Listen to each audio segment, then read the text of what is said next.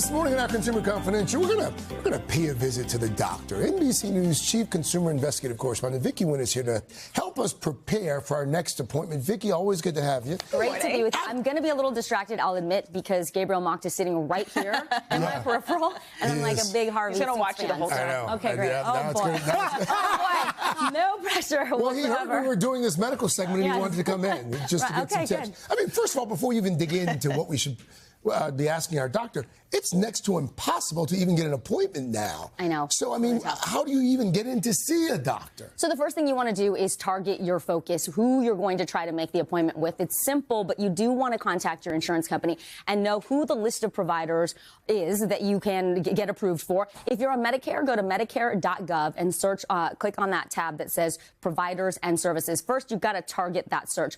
Then when you call to make the appointment and they tell you it's not going to be for another few weeks or a few months, you're going to write down everybody's name that you talk to.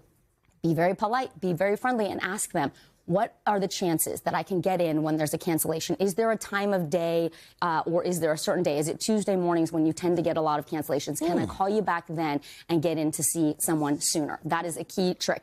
The other thing you want to do when you have them on the phone is verify. Just make sure that you really are covered and that they will bill your insurance. And then ask about virtual visits when possible. The CDC did a survey and found that 87% of providers say, yes, I offer telemedicine, but only about 37% of adult patients have really taken advantage of it over the past 12 months. And then finally, if you do not have insurance, community health clinics are fantastic. You want to be relentless. You want to ask questions, call around, figure out who can see you, hopefully in a timely fashion, but be your own best advocate. So we finally get our appointment.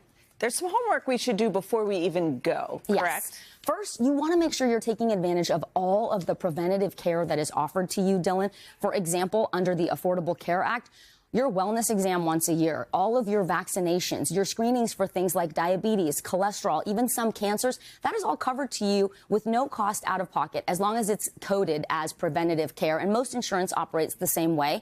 Then you also want to make sure that you are familiar with how much you've already paid toward your deductible. Because once you've hit that deductible, the cost for procedures, tests, all of that is going to go down significantly.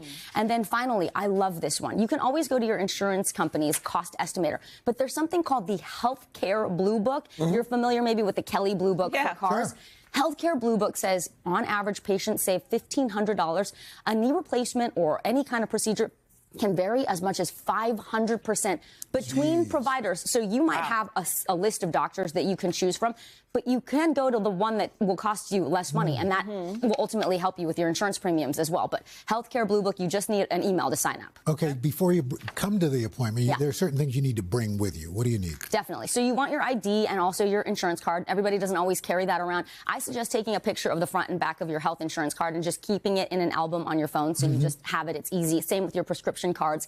Then if you've had any recent surgeries, past surgeries, or you're on a bunch of medication, make a list. Just write it down. You don't want to be sitting in the doctor's office trying to remember what is that thing that I take on Sundays. Just have all of it written down. And same if you've been seeing other doctors, ask if they can provide a copy of those records that you can just bring with you, lab results of recent testing.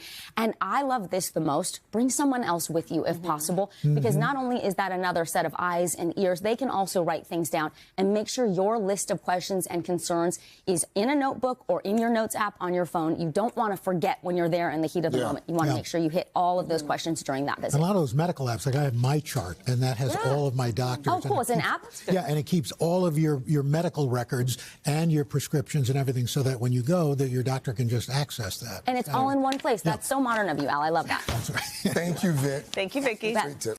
Hey, thanks for watching. And don't forget, you can catch the Today Show every morning on NBC or take Today when you're on the go. Just follow the Today podcast on Apple Podcasts, Spotify, or wherever you listen.